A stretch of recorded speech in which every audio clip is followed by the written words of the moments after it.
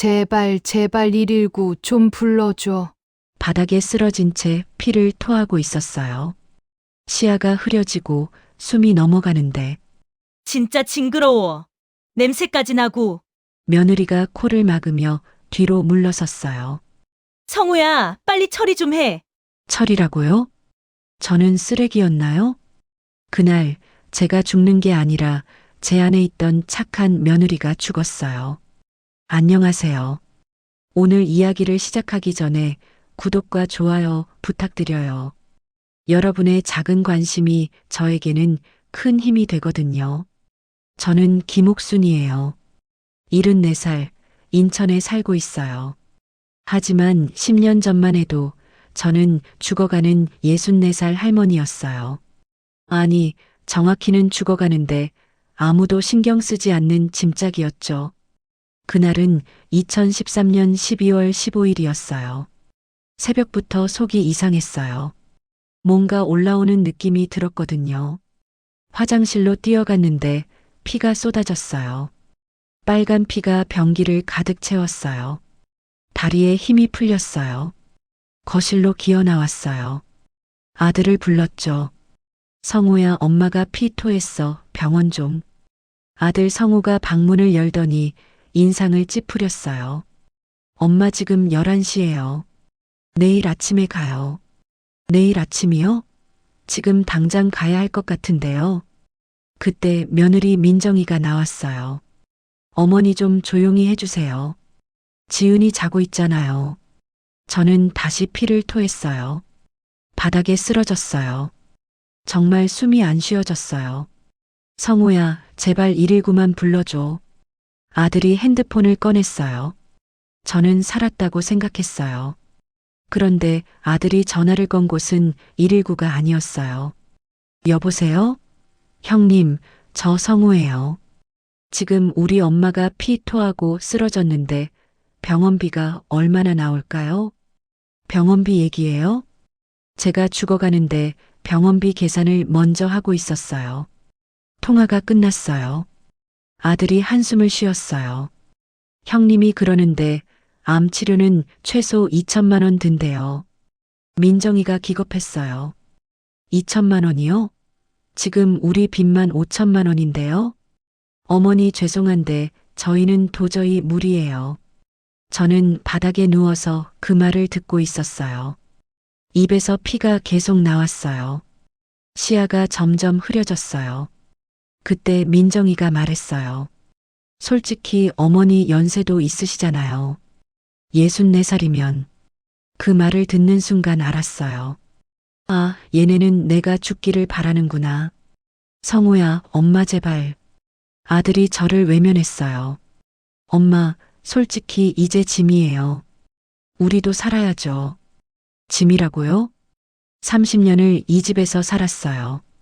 30년 동안 빨래, 청소, 요리, 육아를 다 했어요. 명절마다 혼자 20인분 음식을 차렸어요. 손녀 지은이가 태어났을 때 석 달 동안 산후조리를 해줬어요.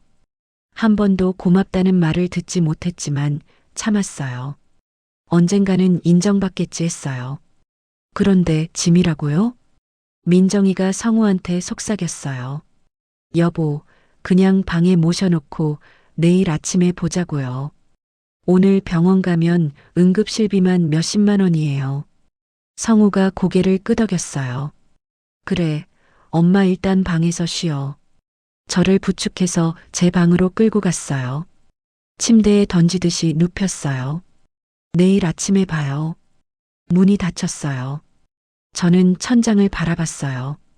천장이 빙글빙글 돌았어요. 이렇게 죽는 건가? 그날 밤을 어떻게 버텼는지 모르겠어요. 다음 날 아침이 됐어요. 거실에서 소리가 들렸어요. 여보, 어머니 어떡하지? 민정이의 목소리였어요. 지금 우리가 병원비 낼 상황이 아니잖아요. 솔직히 치료해봤자 안 말기면 몇 개월 더 사는 거고. 그러니까 말이야. 잠깐만요. 차라리 민정이가 뭔가 생각하는 것 같았어요. 차라리 뭐? 차라리 어머니 혼자 사시게 하는 게 어때요? 혼자요? 네, 지금 어차피 저희도 빚 때문에 허덕이잖아요. 어머니 모시고 있으면 생활비도 더 들고. 그럼 엄마를 어디로 보내라고? 월세방이라도 얻어드리고. 원룸 보증금도 최소 1,000만 원인데요. 고시원이요. 요즘 고시원 보증금 없는 데 많아요. 고시원에 암 환자를요? 민정이가 짜증을 냈어요. 그럼 어떡하라고요? 계속 모시고 살래요? 지금 우리 카드값만 300만 원 밀렸는데요. 침묵이 흘렀어요. 그리고 아들이 말했어요. 알았어. 내가 얘기해 볼게. 저는 이불을 뒤집어 썼어요. 눈물이 나왔어요. 30년이에요. 30년을 함께 살았는데 고시원이라고요? 1시간쯤 지났을까요? 방문이 열렸어요. 엄마, 일어나세요. 아들이 들어왔어요. 손에 쓰레기 봉투를 들고 있었어요. 엄마 짐 좀 싸야 돼요. 쓰레기 봉투요? 아들이 제 옷장을 열었어요. 옷을 마구 쓰레기 봉투에 쑤셔 넣기 시작했어요. 성우야, 이게 무슨 짓이야? 엄마, 이제 따로 사는 게 서로한테 좋을 것 같아요. 따로요? 네, 엄마 연세도 있으시고 저희도 형편이 어려워서 계속 모시기가 힘들어요. 저는 침대에서 일어났어요. 다리가 후들거렸지만 아들 앞에 섰어요. 성우야, 엄마가 뭘 잘못했어? 아들이 외면했어요. 잘못한 거 없어요. 그냥 저희 형편이 안 돼요. 형편이 안 되면 같이 아껴서 살면 되잖아. 엄마. 아들이 처음으로 제 눈을 똑바로 봤어요. 엄마가 계시면 생활비가 한 달에 50만 원은 더 들어요. 밥값, 전기세, 수도세 다요. 그럼 엄마가 밥을 적게 먹을게. 그게 아니라, 성우야. 아들이 소리를 질렀어요. 엄마 제발 이해 좀 해줘요. 나도 힘들어요. 민정이가 방에 들어왔어요. 어머니, 저희가 월세방 하나 얻어드릴게요. 보증금 500만 원짜리로요. 500만 원이요? 네, 그 정도면 괜찮은 곳 나올 거예요. 저는 웃음이 나왔어요. 30년을 살았는데 500만 원이에요? 민정이가 차갑게 말했어요. 감사하셔야죠. 지금 저희 형편에 500만 원도 큰 돈이에요. 그날 오후였어요. 쓰레기 봉투 3개에 제 30년이 담겼어요. 옷, 이불, 화장품, 신발. 그게 전부였어요. 아들이 차를 몰았어요. 저는 뒷자리에 앉아서 창밖을 봤어요. 30년을 산 집이 점점 멀어졌어요. 차는 인천의 허름한 동네로 향했어요. 여기에요. 낡은 다세대 주택이었어요. 3층 끝방이요. 계단을 올라갔어요. 숨이 차서 중간에 멈췄어요. 아들이 먼저 올라갔어요. 돌아보지도 않았어요. 방문을 열었어요. 원룸이라고 하기도 민망한 공간이었어요. 5평도 안 돼 보였어요. 곰팡이 냄새가 났어요. 창문은 작았고 햇빛이 거의 안 들어왔어요. 엄마, 여기서 지내세요. 짐을 바닥에 던졌어요. 그리고 돌아서서 나가려고 했어요. 저는 아들의 팔을 잡았어요. 성우야, 엄마 여기서 어떻게 살아? 아들이 제 손을 뿌리쳤어요. 엄마, 저도 힘들어요. 문이 닫혔어요. 발소리가 멀어졌어요. 저는 그 자리에 주저앉았어요. 쓰레기 봉투를 바라봤어요. 64년 인생이 쓰레기 봉투 3개였어요. 창밖을 봤어요. 12월이었어요. 눈이 내리기 시작했어요. 저는 그날 밤 혼자 울었어요. 사실 그날은 갑자기 온 게 아니었어요. 30년 동안 조금씩 쌓여온 거였죠. 1983년 24살에 시집 갔어요. 시어머니가 돌아가시고 제가 집안일을 맡게 됐죠. 처음엔 당연한 줄 알았어요. 며느리니까 해야 한다고 생각했어요. 명절이 다가오면 일주일 전부터 장을 봤어요. 혼자서요.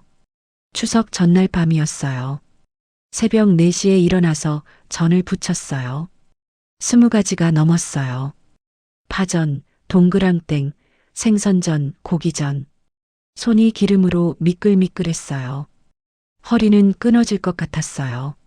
아침 7시쯤 민정이가 일어났어요. 어머니, 아직도 하세요? 네, 거의 다 됐어요. 그거 하나 맛볼게요. 민정이가 전을 집어먹었어요. 괜찮네요. 그런데 좀 짜지 않아요? 그리고는 거실로 가서 TV를 켰어요. 제가 주방에서 땀 흘리는 동안 민정이는 소파에 누워 드라마를 봤어요. 명절날 친척들이 왔어요. 20명이 넘었어요. 와, 음식 정말 맛있어요. 민정이가 웃으면서 대답했어요. 감사합니다. 제가 어머님이랑 같이 준비했어요. 같이요? 저는 아무 말 하지 않았어요. 설거지는 당연히 제 몫이었어요. 밤 10시까지 설거지를 했어요. 다음 날 아침 허리를 펼 수가 없었어요. 디스크였어요. 병원에 가고 싶었지만 말하지 못했어요. 명절 다음 날은 또 친척들이 올 테니까요. 돈 얘기는 더 심했어요.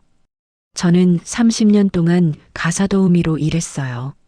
한 달에 200만 원을 벌었어요. 집에 가져다 드렸죠. 어느 날 민정이가 말했어요. 어머니, 앞으로 생활비는 제가 관리할게요. 생활비요? 네, 제가 가계부를 쓰려고 하거든요. 어머니 수입도 여기 넣어주세요. 하지만 제 용돈은요? 용돈이요? 어머니 여기서 같이 사시는데 무슨 용돈이 필요하세요? 그래도 제가 번 돈인데. 어머니, 가족인데 돈 따지세요? 저는 30년 동안 제 돈을 한 푼도 쓰지 못했어요. 옷 하나 사려면 눈치를 봐야 했어요. 친구들이 밥 먹자고 연락하면 돈이 없어서 거절했어요. 방 얘기도 있어요. 우리 집은 방이 4개였어요. 안방은 아들 부부, 큰 방은 손녀 지은이, 작은 방은 서재. 그리고 가장 작고 어두운 골방이 제 방이었어요. 창문도 작았어요. 햇빛이 거의 안 들어왔어요. 겨울엔 너무 추웠어요. 어머니, 보일러 온도 좀 낮춰주세요. 가습이 너무 나와요. 민정이가 매번 그렇게 말했어요. 그래서 저는 이불을 2개 덮고 잤어요. 그래도 추웠어요. 무릎이 시렸어요. 손녀 지은이가 태어났을 때가 제일 힘들었어요. 2010년 3월이었어요. 민정이가 제왕절개로 나왔거든요. 저는 3달 동안 산후조리를 도와줬어요. 새벽 2시, 4시, 6시마다 분유를 탔어요. 기저귀를 갈았어요. 낮에는 빨래하고 청소하고 음식 만들었어요. 민정이는 방에서 쉬었어요. 어머니, 지은이 울어요. 네, 금방 갈게요. 어머니, 배고파요. 미역국 끓여주세요. 네, 알겠어요. 어머니, 빨래 좀 개주세요. 네, 할게요. 감사하다는 말은 한 번도 듣지 못했어요. 당연하다는 듯이 시켰어요. 3달이 지났어요. 저는 탈진했어요. 살이 5kg 빠졌어요. 그런데 민정이가 친구들한테 자랑했어요. 저희 시어머니가 산후조리 해주셔서 너무 편했어요. 저는 그냥 누워만 있었어요. 편했다고요? 제가 죽도록 일했는데 편했다고 하더라고요. 생신날도 잊을 수가 없어요. 환갑이었어요.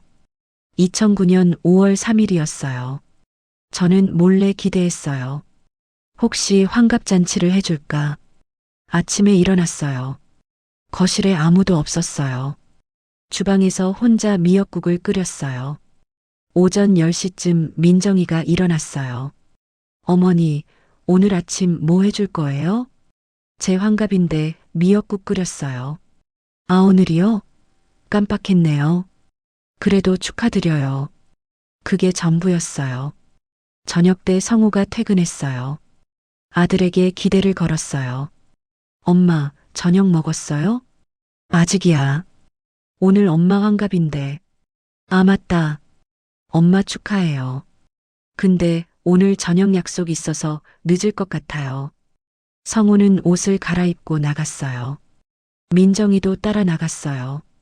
우리 회사 사람들이랑 저녁 먹고 올게요. 둘이서 외식하러 간 거였어요. 저는 혼자 미역국을 먹었어요. 텅 빈 집에서요. 환갑이었는데 말이에요. 아플 때는 더 심했어요. 2012년 겨울이었어요. 독감에 걸렸어요. 열이 39도까지 올라갔어요. 온몸이 아팠어요. 방에 누워 있었죠. 민정이가 문을 두드렸어요. 어머니, 저녁은 어떡하세요? 제가 아픈데 오늘은 배달시켜 드세요. 배달이요? 어머니 감기로 누워 있으면 저희는 굶어요? 아들도 거들었어요. 엄마, 그냥 간단하게라도 해줘요. 라면이라도. 저는 일어났어요. 비틀거리면서 주방으로 갔어요. 라면을 끓였어요. 그릇에 담다가 어지러워서 그릇을 떨어뜨렸어요. 깨졌어요. 민정이가 한숨을 쉬었어요. 어휴, 그릇도 깨뜨리고. 미안해요. 다음 날 더 아팠어요. 병원에 가고 싶었지만 돈을 달라고 할 수가 없었어요. 방에서 이틀을 굶었어요. 아무도 확인하러 오지 않았어요. 손녀 지은이는 더 심했어요. 고등학생이 되면서 저를 완전히 무시했어요. 할머니, 제 방에 들어오지 마세요. 냄새나요. 냄새요? 네, 할머니 냄새요. 친구들 부르기 창피하잖아요. 저는 매일 씻었어요. 옷도 깨끗하게 입었어요. 그런데 냄새가 난다고 하더라고요. 어느 날 지은이가 남자친구를 데려온다고 했어요. 민정이가 저한테 말했어요. 어머니, 오늘 지은이 남자친구 온대요. 어머니는 방에 계세요. 방에요? 네, 지은이가 할머니 보여주기 싫대요. 그날 저는 방에 갇혀 있었어요. 현관문이 열리는 소리가 들렸어요. 지은이의 웃음소리가 들렸어요. 엄마, 우리 집 되게 넓다. 거실에서 떠드는 소리가 들렸어요. 저는 문틈으로 밖을 봤어요. 지은이가 남자친구한테 집을 구경시켜주고 있었어요. 여긴 제 방이고 저긴 서재예요. 할머니는 안 계세요? 아, 할머니는 오늘 외출하셨어요. 거짓말이었어요. 저는 문 뒤에 서 있었는데 말이에요. 그렇게 30년을 살았어요.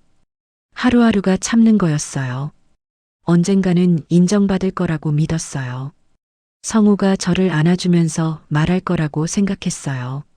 엄마 고생 많으셨어요. 사랑해요. 그런 날은 오지 않았어요. 대신 온 건 쓰레기 봉투였어요. 그리고 500만 원짜리 월세방이었어요. 30년의 값어치가 그거였어요. 월세방 보증금 500만 원. 제 전 재산이었어요. 아들이 통장을 만들어줬어요. 엄마, 여기 500만 원 들어있어요. 월세는 30만 원이니까 1년 정도는 살 수 있어요. 1년이요?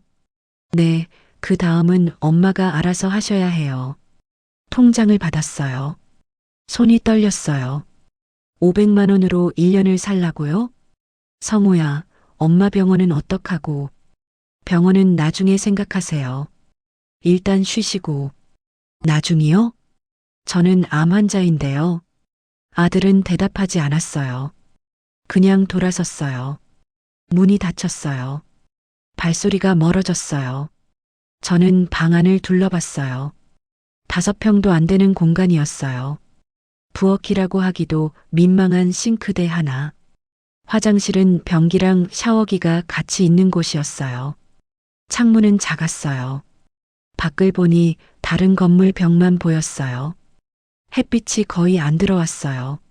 쓰레기 봉투 3개가 바닥에 놓여 있었어요. 30년이 저 안에 들어 있었어요. 저는 주저앉았어요. 울고 싶었지만 눈물도 안 나왔어요. 다음 날 아침이었어요. 일어나자마자 피를 또 토했어요. 화장실 변기가 빨갛게 물들었어요. 거울을 봤어요. 얼굴이 새하였어요. 입술은 파랗게 질렸고요. 병원에 가야 했어요. 하지만 통장을 봤어요. 500만 원.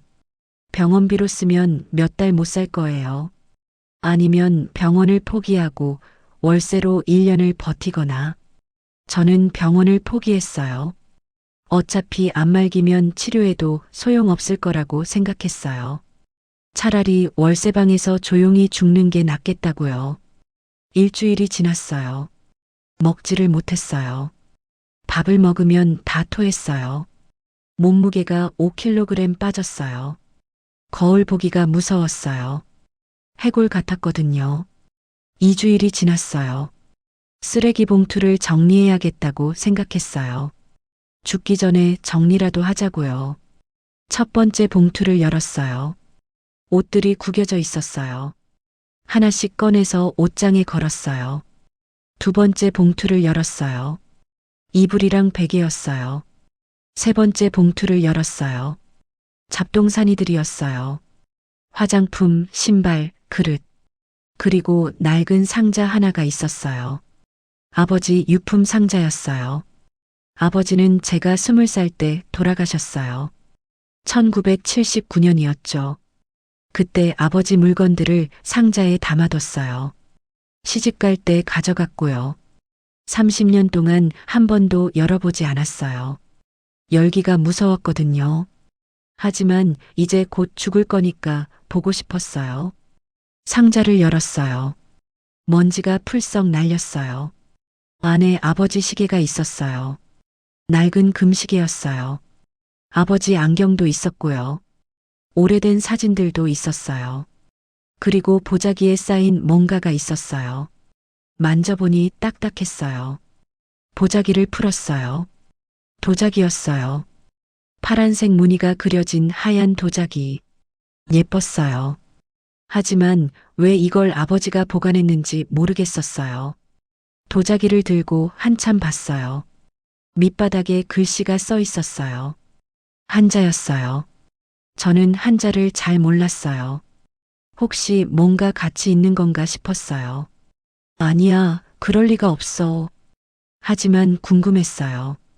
핸드폰으로 골동품 가게를 검색했어요. 인천에 한 곳이 있었어요. 다음 날 그 도자기를 들고 나갔어요. 골동품 가게는 허름한 골목에 있었어요. 문을 열고 들어갔어요. 사장님으로 보이는 할아버지가 앉아 계셨어요. 어서 오세요. 저기요, 이거 좀 봐주실 수 있나요? 도자기를 내밀었어요. 할아버지가 안경을 고쳐 쓰더니 도자기를 받았어요. 한참을 들여다봤어요. 표정이 진지해졌어요. 이거 어디서 났어요? 제 아버지 유품이에요. 아버지가 어디서 구하신 거예요? 모르겠어요. 돌아가시기 전에 보관하셨던 것 같아요. 할아버지가 돋보기를 꺼냈어요. 도자기를 자세히 살펴봤어요. 5분쯤 지났을까요? 할아버지가 말했어요. 손님, 이거 진품 같은데요. 진품이요? 네, 조선시대 청아백자예요. 이 무늬하고 이 글씨 보세요. 얼마나 하는데요? 할아버지가 계산기를 두드렸어요. 최소 5억은 하겠는데요. 정식 감정 받으면 더 나올 수도 있어요. 5억이요? 저는 귀를 의심했어요.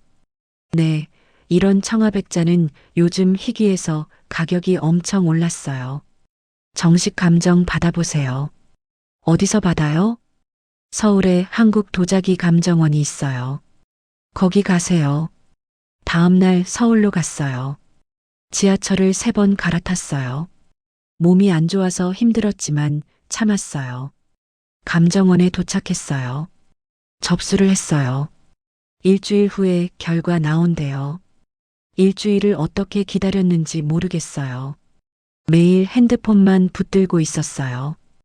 혹시 사기는 아닐까? 그냥 쓸모없는 도자기는 아닐까? 일주일 후 전화가 왔어요. 손님, 감정 결과 나왔습니다. 방문 가능하세요? 네, 지금 바로 갈게요. 서울로 달려갔어요. 감정원 직원이 서류를 내밀었어요. 축하드립니다. 조선 후기 청화백자 진품으로 확인됐습니다. 진짜예요? 네, 현재 시가로 8억 원 정도 됩니다. 8억 원이요? 다리에 힘이 풀렸어요. 의자에 앉았어요. 손이 떨렸어요. 8억 원이라고요? 네, 경매에 내놓으시면 더 받으실 수도 있어요. 저는 울었어요. 감정원 사무실에서요. 직원이 놀랐어요. 손님 괜찮으세요? 네, 감사합니다. 정말 감사해요. 집으로 돌아왔어요. 도자기를 꼭 안고 왔어요. 방에 들어와서 아버지 상자를 다시 봤어요. 혹시 또 뭐가 있을까? 상자 바닥을 뒤졌어요. 그때 봉투 하나가 나왔어요. 편지였어요. 아버지 글씨였어요. 옥수나 아빠가 이 편지를 쓸 때는 이미 많이 아프구나. 내가 이걸 읽을 때쯤이면 아빠는 없을 거야. 미안하다. 너한테 많은 걸 못 남겨줘서. 이 도자기는 아빠가 젊었을 때 골동품 가게에서 산 거야. 당시에는 10만 원 주고 샀는데 나중에 알고 보니 진품이더라. 너 힘들 때 이걸 팔거라. 그리고 봉투 안에 땅 문서가 있어. 1963년에 아빠가 강남에 땅을 샀어. 100평이야. 그때는 논밭이었는데 지금은 어떻게 됐을지 모르겠다. 이것도 내가 필요할 때 쓰거라. 아빠가 많이 사랑한다. 편지를 읽고 또 울었어요. 봉투를 열었어요. 땅 문서가 나왔어요. 서울특별시 강남구 1963년 6월 15일 매입. 100평? 강남이요? 지금 강남은 땅값이 엄청나잖아요. 다음날 부동산에 갔어요. 땅 문서를 보여줬어요. 부동산 사장님이 깜짝 놀랐어요. 손님, 이거 지금 강남 한복판이에요. 얼마나 해요? 컴퓨터를 두드렸어요. 현재 시세로 평당 8억이요. 평당 8억이요? 네, 100평이면 800억이에요. 저는 그 자리에서 기절할 뻔했어요. 800억이라고요? 네, 지금 이 땅 개발 예정지라서 더 오를 거예요. 저는 부동산을 나왔어요. 길을 걸으면서 울었어요. 아버지, 감사해요. 지나가는 사람들이 쳐다봤지만 신경 안 썼어요. 집으로 돌아왔어요. 거울을 봤어요. 죽을 것 같던 얼굴이었는데 뭔가 살아있는 것 같았어요. 저는 결심했어요.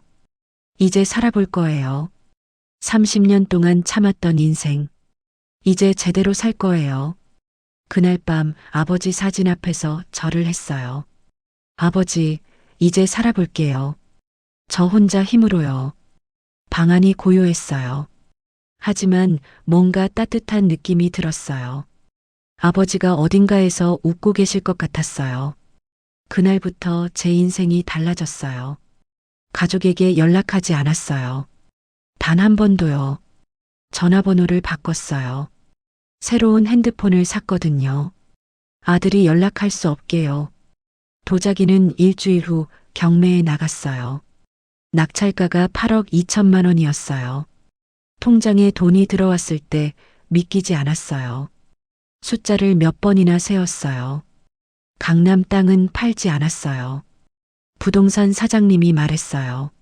손님, 이거 지금 팔지 마세요. 개발 계획 확정되면 2배는 오를 거예요. 알겠습니다. 대신 은행에서 담보대출을 받았어요. 300억이요. 그 돈으로 골동품 가게를 열었어요. 인천 구도심의 작은 가게였어요. 간판을 달았어요. 옥순 골동품. 제 이름을 넣었어요. 처음으로 제 이름으로 뭔가를 했어요. 손님들이 하나둘 찾아왔어요. 저는 공부를 시작했어요. 도자기, 그림, 서예, 고가구. 밤새 책을 읽었어요. 온라인 강의도 들었어요. 경매 시장을 공부했어요. 1년이 지났어요. 가게가 소문났어요. 감정을 잘한다고요. 2년이 지났어요. 서울에 지점을 냈어요. 강남이요. 제 땅 근처에 가게를 열었어요. 3년이 지났어요. 직원을 10명 뽑았어요. 경매 대행 사업을 시작했어요. 부자들이 찾아왔어요. 좋은 물건 있으면 연락 달라고요. 5년이 지났어요. 2018년이 됐어요. 회사를 법인으로 만들었어요. 옥순 갤러리라고 이름을 지었어요. 직원이 50명이 됐어요. 매출이 100억을 넘었어요. 저는 이제 69살이었어요. 병은 어떻게 됐냐고요? 안 죽었어요. 오히려 건강해졌어요. 병원에 갔더니 의사가 놀랐어요. 환자분, 암세포가 거의 사라졌어요. 어떻게요? 저도 잘 모르겠어요. 기적이에요. 기적이 아니었어요. 살고 싶다는 의지였어요. 복수하고 싶다는 마음이었어요. 8년이 지났어요. 2020년이었어요. 코로나가 터졌어요. 사람들이 힘들어했지만 저는 달랐어요. 온라인 경매를 시작했어요. 집에서 경매에 참여할 수 있게요. 대박이 났어요. 매출이 500억이 됐어요. 부동산도 샀어요. 강남, 여의도, 판교에 건물을 샀어요. 강남 땅은 개발이 확정됐어요. 가치가 1,500억이 됐어요. 10년이 지났어요. 2023년이 됐어요. 저는 74살이었어요. 회사 자산이 1,000억이 넘었어요. 제 개인 자산은 1조 원이 넘었어요. 믿기지 않았어요. 10년 전에는 쓰레기 봉투 3개가 전부였는데요. 어느 날 전화가 왔어요. 유명한 경제 잡지였어요. 손님, 인터뷰 요청드립니다. 인터뷰요? 네, 60대 이후 창업 성공 스토리를 다루고 있어요. 손님이 딱이세요. 저요? 네, 업계에서 소문났어요. 65살에 시작해서 10년 만에 1,000억 자산가 됐다고요. 저는 고민했어요. 받을까 말까? 그런데 갑자기 생각났어요. 성우랑 민정이요. 얘네가 이 기사 보면 어떤 반응을 할까? 재미있겠다 싶었어요.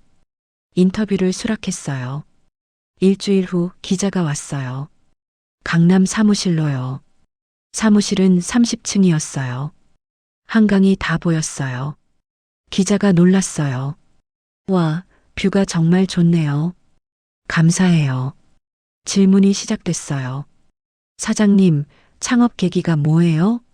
아버지 유품에서 골동품을 발견했어요. 그게 시작이었죠. 가족들은 응원해줬어요.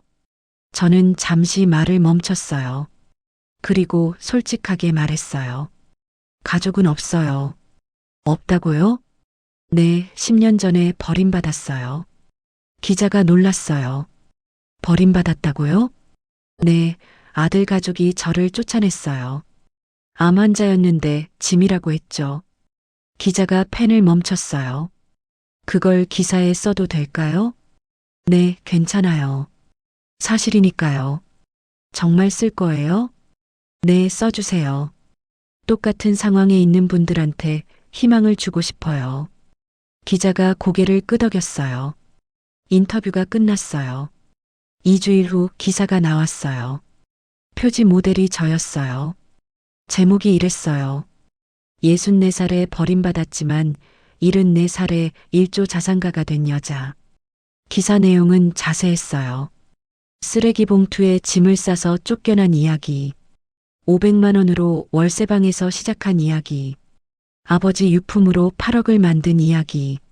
10년 만에 1조를 만든 이야기. 기사가 난리가 났어요. 포털 사이트 실시간 검색어 1위였어요. 댓글이 수천 개 달렸어요. 와, 진짜 대단하다. 며느리 정말 나쁘네요. 이게 진짜 복수지. 저는 댓글을 읽으면서 웃었어요. 3일 후였어요. 비서가 말했어요. 사장님, 이상한 전화가 왔어요. 이상한 전화요? 네, 자기가 사장님 아들이래요. 저는 순간 숨이 멎었어요. 성우요? 네, 김성우라고 하던데요. 끊어요. 네, 끊으라고요? 네, 안 받아요. 비서가 나갔어요. 저는 창밖을 봤어요. 한강이 보였어요. 유람선이 지나갔어요. 핸드폰이 울렸어요. 모르는 번호였어요. 받지 않았어요. 계속 울렸어요. 10번도 넘게요. 저는 결국 받았어요. 여보세요. 엄마, 나야. 성우야. 성우요? 목소리가 떨리고 있었어요. 엄마, 진짜 너야? 기사 봤어. 엄마 정말 대단해. 저는 아무 말도 하지 않았어요. 엄마, 우리 한 번만 만나자. 제발. 왜요? 엄마, 사과하고 싶어. 제대로 사과하고 싶어. 사과요? 10년 전에 하셨어야죠. 엄마. 저는 전화를 끊었어요. 하지만 전화는 계속 왔어요. 민정이한테서도 왔어요. 지은이한테서도요. 저는 모두 무시했어요. 일주일 후 회사 앞에 나타났어요. 3명이 다요. 성호, 민정, 지은. 로비에서 기다리고 있었어요. 비서가 말했어요. 사장님, 아래층에 그 사람들이 와 있어요. 쫓아내요. 쫓아낼까요? 네. 경비를 불렀어요. 3명은 쫓겨났어요. 하지만 다음 날도 왔어요. 그 다음 날도요. 일주일 동안 매일 왔어요. 저는 한 번도 내려가지 않았어요. 그러다 2주일째 되는 날이었어요. 비서가 말했어요. 사장님, 아드님이 무릎 꿇고 있어요. 무릎을요? 네, 로비에서요. 사람들이 다 쳐다보고 있어요. 저는 창밖을 봤어요. 한강이 여전히 흐르고 있었어요. 그리고 생각했어요. 이제 시작할 때가 됐구나. 복수를요. 저는 비서에게 말했어요. 호텔 라운지로 오라고 하세요. 내일 오후 2시요. 정말요? 네, 만나줄게요. 비서가 나갔어요. 저는 의자에 앉았어요. 10년을 기다렸어요. 이 순간을요. 그 전화를 받는 순간 복수가 시작됐어요. 다음 날 오후 2시였어요. 호텔 라운지에 도착했어요. 강남 한복판 5성급 호텔이었어요. 운전기사가 문을 열어줬어요. 저는 샤넬 정장을 입었어요. 목에는 진주 목걸이를 했고요. 가방은 에르메스였어요. 로비를 지나 라운지로 갔어요. 사람들이 저를 쳐다봤어요. 아마 나이든 할머니가 명품을 입고 있어서 신기했나 봐요. 라운지 입구에 3명이 서 있었어요. 성호, 민정, 지은. 10년 만이었어요. 성호는 많이 늙었어요. 머리는 반백이 됐고 얼굴에 주름이 가득했어요. 민정이는 살이 쪘어요. 얼굴이 푸석푸석했고요. 지은이는 화장이 진했어요. 눈 밑에 다크서클이 심했어요. 저를 보자마자 3명이 다가왔어요. 엄마. 성우가 저를 부르더니 갑자기 무릎을 꿇었어요. 민정이도 따라 무릎을 꿇었어요. 지은이도요. 라운지에 있던 사람들이 모두 쳐다봤어요. 저는 그냥 서 있었어요. 엄마, 정말 미안해요. 정말 잘못했어요. 성우가 울먹였어요. 일어나요. 네. 일어나라고요. 사람들 다 쳐다보잖아요. 3명이 일어났어요. 저는 창가 자리로 걸어갔어요. 앉았어요. 3명이 제 앞에 앉았어요. 성우가 입을 열었어요. 엄마, 그동안 어떻게 지냈어? 잘 지냈어요. 기사 봤어. 진짜 대단하더라. 감사해요. 엄마, 우리. 저는 성우 말을 끊었어요. 근데 왜 찾아왔어요? 성우가 당황했어요. 엄마, 우리 가족이잖아. 가족이요? 저는 웃었어요. 10년 전에는 가족 아니었잖아요. 엄마, 그건 짐이라고 했잖아요. 쓰레기 봉투에 제 인생 담았잖아요. 민정이가 끼어들었어요. 어머니, 저희가 정말 잘못했어요. 그때는 정말 형편이 어려워서. 형편이요? 네, 빚도 많았고 정말 힘들었어요. 그래서 저를 버렸어요? 민정이가 고개를 숙였어요. 지은이가 말했어요. 할머니, 저도 잘못했어요. 그때 제가 철이 없었어요. 철이 없었다고요? 네, 고등학생이었잖아요. 고등학생이면 알라이죠. 할머니한테 냄새 난다고 했잖아요. 지은이가 울었어요. 정말 죄송해요. 저는 커피를 한 모금 마셨어요. 세 명을 천천히 쳐다봤어요. 그리고 말했어요. 10년 전 쓰레기 봉투에 담은 게 제 짐이었는데 이젠 너희 인생이 쓰레기 봉투에 담길 차례네요. 네. 성우가 놀랐어요. 무슨 말씀이세요?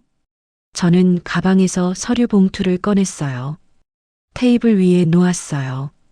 성우야, 너 지금 어디 다니지? 막장전자요. 아, 그거? 네. 어제 내가 인수했어. 성우 얼굴이 하얗게 변했어요. 네. 뭐라고요? 막장전자. 어제 인수계약 끝났어. 지분 60%. 엄마, 그게 무슨. 성우야, 너 해고야. 성우가 벌떡 일어났어요. 엄마, 농담이지? 아니, 진짜야. 이미 인사팀에 통보했어. 오늘 오후에 해고 통지 받을 거야. 성우가 주저앉았어요. 엄마, 제발. 민정이가 소리쳤어요. 어머니, 이건 너무하잖아요. 너무해요? 저는 민정이를 봤어요. 민정 씨, 온라인 쇼핑몰 하죠? 민정이가 굳었어요. 어떻게 아세요? 다 알아요. 의류 쇼핑몰이죠. 매출 연 5억 정도 되고, 그건 제 개인 사업인데요. 거래처가 어디예요? 민정이가 말을 못했어요. 동대문 의류 도매상이죠. 3곳이랑 거래하는 걸로 아는데. 어머니, 설마.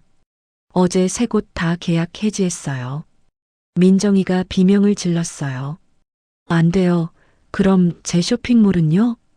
망하겠죠. 물건이 없으면. 어머니, 제발이요. 그게 제 유일한 수입이에요. 저는 지은이를 봤어요. 지은이는 벌써 울고 있었어요. 지은아, 대학 어디 다니지? S대학교요. 장학금 받죠? 네. 어느 재단이에요? 지은이가 떨리는 목소리로 말했어요. 옥순재단이요. 제 재단이에요.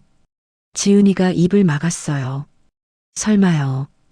어제 장학생 명단에서 뺐어요. 할머니, 안 돼요. 그럼 등록금을 알아서 하세요. 지은이가 바닥에 주저앉았어요. 성우가 저를 붙잡았어요. 엄마, 제발 그러지 마. 우리가 잘못했어. 진심으로 사과할게. 이미 늦었어요. 엄마, 10년 전에 하셨어야죠. 저는 일어났어요. 가려고 하는데 민정이가 소리쳤어요. 어머니, 우리 집은 어떡해요? 전세인데 곧 만기예요.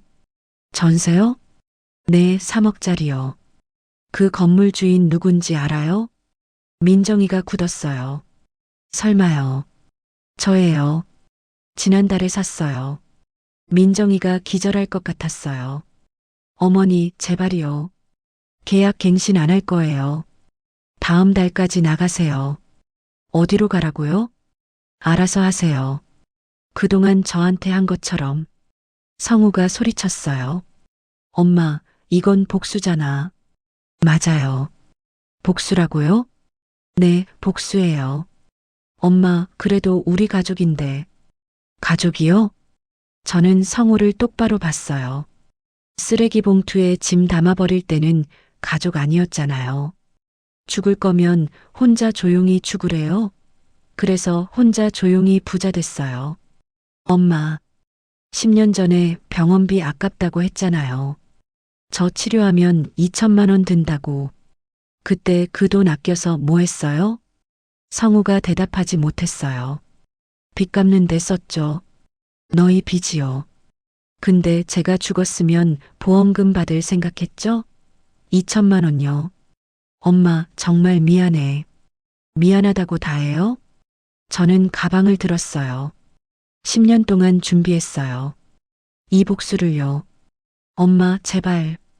그리고 이게 끝이 아니에요. 성우가 떨었어요. 뭐라고요? 더 있어요. 민정이가 울부짖었어요. 어머니, 제발이요. 저희 죽으라는 거예요? 죽진 않아요. 저도 안 죽었잖아요. 10년 전에요. 저는 라운지를 나왔어요. 뒤에서 울음소리가 들렸어요. 하지만 돌아보지 않았어요. 운전기사가 차 문을 열어줬어요. 차에 탔어요. 창밖을 봤어요. 하늘이 파랗게 개어 있었어요. 기분이 좋았어요. 10년 만에요. 회사로 돌아왔어요. 비서가 말했어요. 사장님, 모두 처리됐어요. 고마워요. 막장전자 측에서도 연락 왔어요. 김성호 씨 오늘 해고 처리 완료됐대요. 잘 됐네요. 동대문 도매상들도 계약 해지 확인했어요. 수고했어요. 비서가 나갔어요. 저는 의자에 앉았어요. 10년이요. 10년을 기다렸어요. 쓰레기 봉투에 담긴 채로 버려진 그날부터요. 이제 시작이에요. 진짜 복수는 지금부터예요. 창밖을 봤어요. 강남 빌딩들이 반짝였어요. 그중 절반은 제 건물이에요. 10년 전에는 월세 500만 원도 없었는데요. 지금은 1조가 넘어요. 핸드폰이 울렸어요. 성우였어요. 받지 않았어요. 계속 울렸어요. 민정이한테서도 왔어요. 지은이한테서도요. 모두 무시했어요. 다음 날 회사 앞에 또 나타났어요. 경비가 쫓아냈어요. 그 다음 날도 왔어요. 일주일 동안요. 저는 한 번도 내려가지 않았어요. 2주일째 되던 날이었어요. 성우가 회사 앞에서 무릎 꿇고 울었대요. CCTV로 봤어요. 민정이랑 지은이도 같이 울고 있었어요. 사람들이 지나가면서 쳐다봤어요. 누가 사진을 찍었어요. 다음 날 인터넷에 올라왔어요. 1조 자산가 앞에서 무릎 꿇은 가족. 댓글이 달렸어요. 자업자득이네요. 버린 게 자기들인데. 할머니 대단하시다. 저는 그 기사를 저장했어요. 액자에 넣어서 사무실에 걸었어요. 매일 볼 거예요. 10년 전 쓰레기 봉투 사진이랑 같이요. 이게 끝이 아니에요. 아직 더 남았어요. 1년이 지났어요. 2024년 가을이었어요. 회사는 더 커졌어요. 직원이 100명이 넘었고요. 해외 지사도 생겼어요. 도쿄, 홍콩, 뉴욕이에요. 총 자산은 1조 3천억이 됐어요. 강남 땅 개발이 끝나서 가치가 2배로 올랐거든요. 저는 강남 펜트하우스로 이사했어요. 50층이요. 한강이 한눈에 보였어요. 아침마다 창가에 앉아서 커피를 마셨어요. 노을이 질 때는 와인을 마셨고요. 혼자요. 하지만 외롭지 않았어요. 어느 날 비서가 말했어요. 사장님, 아래층에 그 사람들 또 왔어요. 또요? 네, 이번에는 셋 다 울면서요. 쫓아내요. 하지만요. 쫓아내라니까요. 비서가 나갔어요. 그런데 10분 후에 다시 들어왔어요. 사장님, 손녀분이 계단에서 쓰러졌대요. 쓰러졌다고요? 네, 경비가 병원 가래요. 저는 한숨을 쉬었어요. 알았어요. 올라오라고 하세요. 정말요? 네, 마지막이에요. 10분 후 문이 열렸어요. 3명이 들어왔어요. 1년 만이었어요. 성우는 더 늙었어요. 머리가 완전히 하얗게 샜고요. 얼굴은 핏기가 없었어요. 민정이는 몰골이 말이 아니었어요. 머리는 부스스하고 옷은 구겨져 있었어요. 지은이는 깡말랐어요. 뼈만 남은 것 같았어요. 셋 다 제 앞에서 무릎을 꿇었어요. 일어나요. 엄마, 제발. 일어나라고요. 3명이 일어났어요. 소파에 앉혔어요. 저는 맞은편에 앉았어요. 왜 왔어요? 성우가 울먹였어요. 엄마, 우리 이제 정말 끝났어. 끝났다고요? 네, 일자리도 없고 집도 없어요. 그래서요? 엄마, 제발 도와줘. 도와달라고요? 저는 웃었어요. 1년 전에도 똑같이 말했잖아요. 민정이가 끼어들었어요. 어머니, 우리 정말 죽을 것 같아요. 죽진 않을 거예요. 저도 안 죽었잖아요. 지은이가 소리쳤어요. 할머니, 제 인생 망쳤어요. 저는 지은이를 똑바로 봤어요. 내가 10년 전에 한 말 기억하니? 지은이가 고개를 숙였어요. 할머니 빨리 안 가시면 제 인생 망쳐요. 그랬잖아. 저는 이제 그만요. 그래서 내가 너희 인생 망쳤어. 이제 우리 평등하네. 할머니. 아니지, 평등은 아니네. 나는 일조가 있고 너희는 아무것도 없으니까. 지은이가 울었어요. 성우가 말했어요. 엄마, 그래도 10년은 가족이었잖아. 가족이요? 저는 커피를 한 모금 마셨어요. 쓰레기 봉투에 짐 담아버릴 때는 가족 아니었잖아요. 엄마, 죽을 거면 혼자 조용히 죽으래요. 그래서 혼자 조용히 부자 됐어요. 민정이가 애원했어요. 어머니, 제발이요. 우리한테 기회 한 번만 주세요. 기회요? 네, 다시 시작할 기회요. 저는 창밖을 봤어요. 한강에 유람선이 지나갔어요. 저 배를 탈까 생각했어요. 혼자서요. 이제 관심도 없어요. 성우가 놀랐어요. 뭐라고요? 너희한테 관심 없어요. 1년 동안 복수하면서 깨달았어요. 복수도 지겹더라고요. 엄마, 이제 그만 갈게요. 성우가 저를 붙잡았어요. 엄마, 우리 정말 잘못했어. 알아요. 그럼. 하지만 용서는 안 해요. 엄마, 용서하면 제가 바보잖아요. 10년 전에 쓰레기 봉투에 담긴 게 제 인생이었는데요. 저는 일어났어요. 비서를 불렀어요. 이분들 나가시게 해줘요. 네, 사장님. 성우가 소리쳤어요. 엄마, 우리 정말 어떻게 살아? 알아서 살아요. 돈도 없고 집도 없는데요. 10년 전 저도 그랬어요. 500만 원이 전부였죠. 그래도 저는 버텼어요. 너희도 버텨보세요. 엄마, 그리고 진짜 효도하고 싶으면 너희끼리 잘 사는 모습 보여줘요. 그게 저한테는 제일 큰 효도예요. 3명이 끌려나갔어요. 문이 닫혔어요. 저는 다시 창가에 앉았어요. 노을이 지고 있었어요. 참 예뻤어요. 3개월 후였어요. 재단을 만들었어요. 버려진 노인들을 돕는 재단이요. 이름은 새출발 재단이에요. 첫 번째 사업은 쉼터였어요. 가족한테 버려진 노인들이 머물 수 있는 곳이요. 서울에 건물을 샀어요.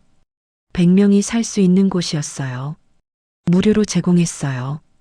밥도 주고 옷도 주고 병원비도 대줬어요. 어느 날 한 할머니가 찾아왔어요. 70살쯤 됐어요.